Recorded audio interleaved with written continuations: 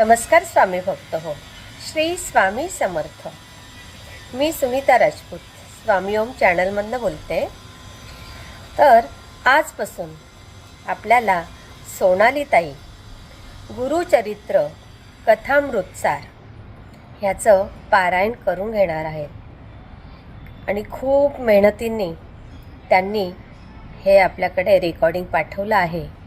तर सगळ्यांनी ऐका.